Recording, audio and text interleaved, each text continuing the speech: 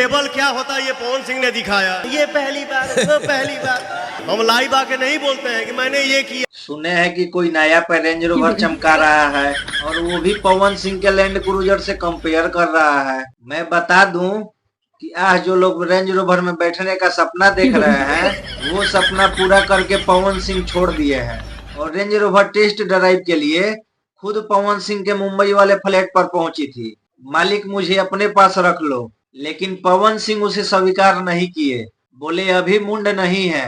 आज तक पवन सिंह कहीं नहीं कहे होंगे कि मैं इतनी महंगी गाड़ी पे चलता हूँ, पर कुछ लोग हैं इंडस्ट्री में कि साला घर में इंग्लिश वेस्टर्न टॉयलेट भी लगा रहे हैं। तो ये पहली बार, वो पहली बार। हम लाइव आके नहीं बोलते हैं कि मैंने ये किया, मैंने वो किया। बाबू कुआं के मेढक जैसन हाल हो गया है तेरा। और रही बात पवन सिंह के, तो जो तुम आज कर रहे हो, पवन सिंह उसे यूज करके उसे रद्दी के भाव लगा दिए हैं। पवन सिंह का एक डायलॉग है, क्या करबा सा, जो पवन सिंह ने कर दिया है ना उसी पे रेंगे हो। पवन सिंह ने किया उसी पे रेंग रहे हो, जो पवन सिंह करेगा उसी पे रेंगोगे। वही हाल है।